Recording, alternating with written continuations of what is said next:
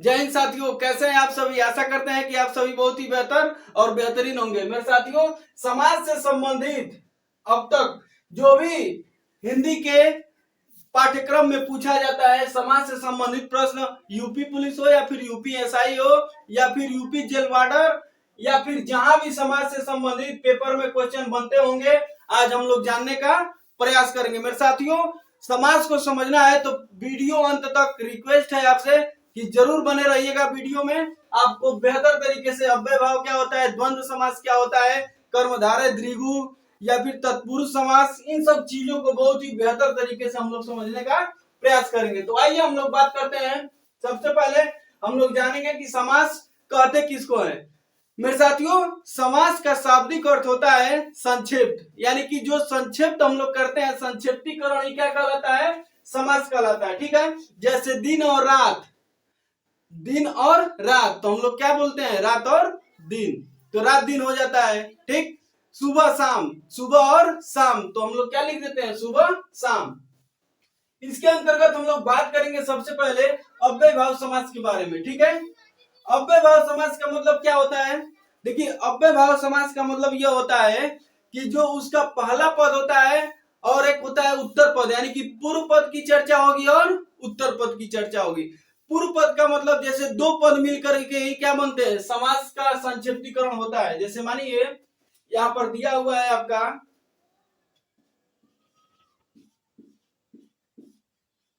दिन रात।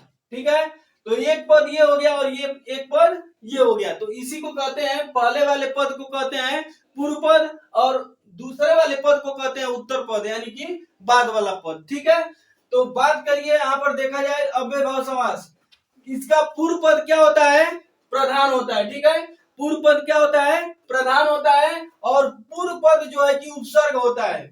यानी कि ज्यादातर आप लोगों ने देखा होगा अव्यय भाव समास में उसका पहला पद क्या होता है, उपसर्ग होता है। ठीक है, और उपसर्ग किसको कहते हैं कि जो सामने से लग करके क्या कर दे, अर्थ में भिन्नता प्रदान कर दे। ठीक है, यहाँ पर देखिए पूर्व पद छोटा होता है। जी हाँ, पूर्व पद भी क्या होता है, छोटा होता है। ठीक है, यहाँ पर देखिए उत्तर पद बड़ा होता है, यानी अव्यय भाव समास का उत्तर पद जो होता है वो क्या होता है, बड़ा होता है, और पूर्व पद क्या होता है, छोटा होता है। जैसे उदाहरण अगर देखेंगे हम लोग, देखिए आजन्म, जैसे देखिए आजन्म दिया है ना, तो ये देखिए यहाँ पर हो गया है आ और यहाँ पर हो गया है जन्म, यानी कि ये पहला पद जो आ है ये क्या हो गया है, छोटा है कि नहीं है, और जन्म क्या है, पूर्व पद से बड़ा है उत्तर पद।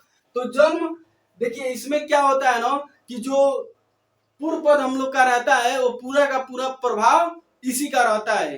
भले से ही इसका पद क्या है, छोटा होता है पूर्व पद, लेकिन वही उस पूरे उत्तर वाले पद पर भारी पड़ता है। देखिए कैसे, जैसे मान लीजिए जन्म, तो जन्म का मतलब मान लीजिए कोई जन्म लिया है या फिर जन्म किसी का, इतने से ही बात का कॉन्सेप्ट निकल के सामने आता है। लेकिन जब हमने कह दिया आ जन्म, यानी कि पूरे जीवन भर।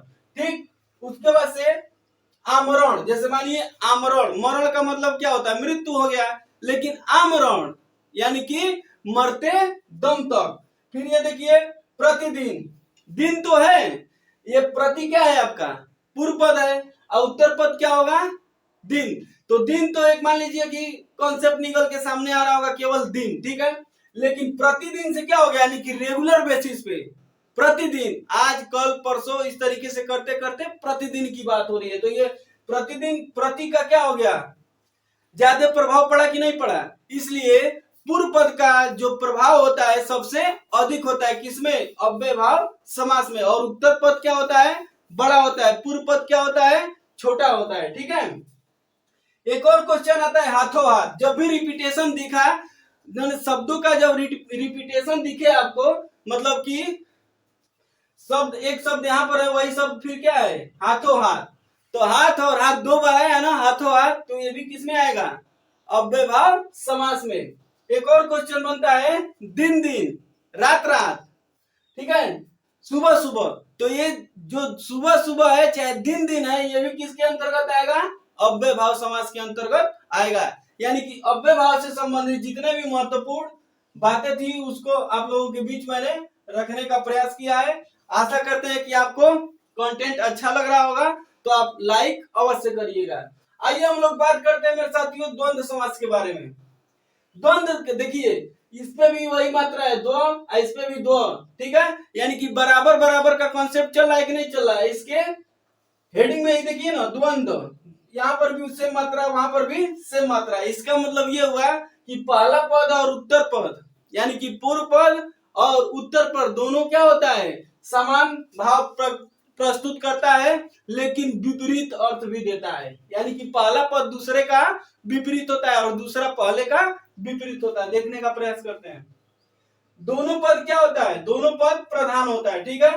विपरीत वाले शब्द एक साथ बोले जाने वाले, ठीक है, यानी कि एक साथ बोला जाएगा, ठीक है, और इसमें विपरीत वाले शब्द यानी कि एक का विपरीत दूसरा होगा और एक साथ बोले जाते हैं। यानी कि जैसे दिन रात, तो दिन रात एक साथ नहीं बोला जाता है। भाई बहन, माता पिता एक साथ बोला जा रहा है कि नहीं बोला जा रहा है, यही कॉन्सेप्ट है। योजक चिन्ह वाले शब्द, यानी कि देखिए माता पिता में ये योजक चिन्ह लगा है कि नहीं लगा है, रात दिन में ये योजक चिन्ह लगा है कि नहीं लगा है, भाई बहन में योजक चिन्ह लगा है कि नहीं लगा है। कभी कभी ये भी क्वेश्चन आपको देखने को मिल सकता है देवासुर, जिसमें आप कंफ्यूज होंगे, लेकिन देवासुर देव और असुर, यानी कि देव और असुर दोनों एक दूसरे के क्या हो रहे हैं, विपरीतार्थक हो रहे हैं। और उसके बाद एक ही में जब इसको हम लोग मिलाए हैं, संक्षिप्तीकरण किए हैं, तो देवासुर हो गया, ठीक है। आइए हम लोग तीसरा बात करते हैं बहुब्रीहि समास के बारे में। बहुब्रीहि समास का मतलब ये होता है कि पूर्व पद और उत्तर पद दोनों मिलकर के किसी तीसरे पद की ओर इशारा करते हैं। इसमें ज्यादातर देवी देवताओं की चर्चा होती है, यानी कि विशेष अर्थों में प्रयोग किया जाता है। पहला पद और दूसरा पद मिलके एक विशेष तीसरे पद की ओर इशारा कर देते हैं, ठीक है। जैसे दोनों पद अप्रधान, इसमें दोनों पद क्या होता है, अप्रधान होता है। जैसे मानिए महावीर, यानी कि महान है जो वीर, हनुमान जी, ठीक है, इस तरह से। गिरिधर, यानी गिरी को धारण करने वाला श्री कृष्ण। त्रिलोचन, तीन नैनों वाला, कौन, शंकर जी, ठीक है। तो इस तरीके से ये बहुब्रीहि समास भी क्या हो गया, हम लोग समझने का प्रयास कर दिए। मतलब इससे ज्यादा बाहर कॉन्सेप्ट आपको देखने को नहीं मिलेगा। अब हम लोग बात करेंगे चौथे नंबर का तत्पुरुष समास, ठीक है। और तत्पुरुष समास का उत्तर पद जो होता है प्रधान होता है। तत्पुरुष समास का उत्तर पद क्या होता है, प्रधान होता है। और एक और इंपॉर्टेंट बात ये मैं आप लोग को बताऊं कि जो समास का मुख्यतः भेद अगर देखा जाए तो चार होता है, जो अभी हम लोग पढ़ रहे हैं। देखिए अव्ययभाव समास पहला हो गया, दूसरा द्वंद्व समास, तीसरा बहुब्रीहि समास और चौथा होगा आपका तत्पुरुष समास। और तत्पुरुष समास से दो समास और बनते हैं। जिस प्रकार से संज्ञा में जातिवाचक से दो संज्ञा बनता था, उसी प्रकार से जैसे कि कर्मधारय समास और एक द्विगु समास, यानी कि तत्पुरुष समास से, देखिए इधर मैंने एरो किया हुआ है, तत्पुरुष समास से ही कर्मधारय और द्विगु दोनों बनता है, ठीक है। यानी कि जब इसका उत्तर पद प्रधान है तो इससे बनने वाले कर्मधारय और द्विगु समास का भी उत्तर पद क्या होगा, प्रधान होगा। तो आइए सबसे पहले तत्पुरुष समास देखते हैं। उत्तर पद प्रधान होता है, जैसे चिड़िया घर, तो चिड़िया और घर, घर क्या है, उत्तर पद है ना। देखिए चिड़िया और घर, तो घर क्या हो गया, चिड़िया के लिए घर। इसमें देखिए 6 प्रकार का कारक भी आता है, ठीक है ना। कर्ता ने कर्म को, तो कर्ता ने नहीं रहता है। उसके बाद से कर्म से लेके कर्म हो गया, करण, संप्रदान, अपादान, संबंध, अधिकरण। उसके बाद से ये संबोधन भी नहीं होता है, यानी कि 2 नहीं होता है कारक संबंध, ठीक है, 6 होता है। तो आप लोग देख लीजिएगा, हस्तलिखित यानी कि हाथ से लिखित, यानी कि करण हो रहा है कि नहीं हो रहा है। ये देखिए चिड़िया घर, यानी चिड़िया के लिए घर, के लिए किस में आता है, संप्रदान को के लिए, ठीक है। अब हम लोग बात करेंगे मेरे साथी कर्मधारय समास के बारे में। देखिए कर्मधारय समास में विशेषण और विशेष्य की भी चर्चा होती है, उपमेय और उपमान की भी चर्चा होती है, ठीक है। यानी कि पहला पद दूसरे पद का क्या करता है, विशेषता बताता है। देखिए उत्तर पद प्रधान होता है, इसमें भी पहला शब्द दूसरे शब्द का विशेषता बताता है। पहला शब्द दूसरे शब्द का क्या करता है, विशेषता बताता है, ठीक है। जैसे देखिए लाल मणि, मणि है लेकिन कैसा है, लाल है, ठीक है। उसके बाद से अधमरा, मरा है लेकिन कैसा, अधमरा, यानी कि देखिए विशेषता बता रहा है कि नहीं बता रहा है, ठीक है। उपमान और उपमेय, यानी कि जो उपमेय आपके पास प्रस्तुत हो और उपमान क्या हो, दूर हो आपसे।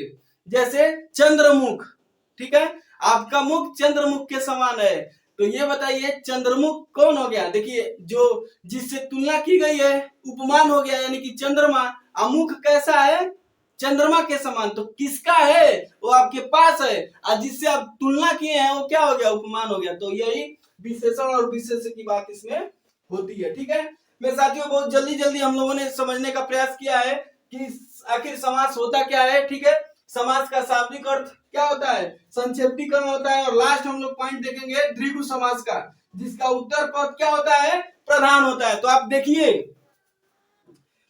याद कराते हैं, देख लीजिए, तत्पुरुष समास का उत्तर पद प्रधान, तो उससे मिलने वाला कर्मधारय और द्विगु समास का भी उत्तर पद प्रधान ही होगा। ठीक है, इसमें पूर्व पद क्या होता है, संख्या होता है, जिसमें पहला पूर्व पद संख्या आ जाए उसको क्या कहेंगे, उसको क्या कहेंगे मेरे भाई, पूर्व पद संख्यावाची होता है।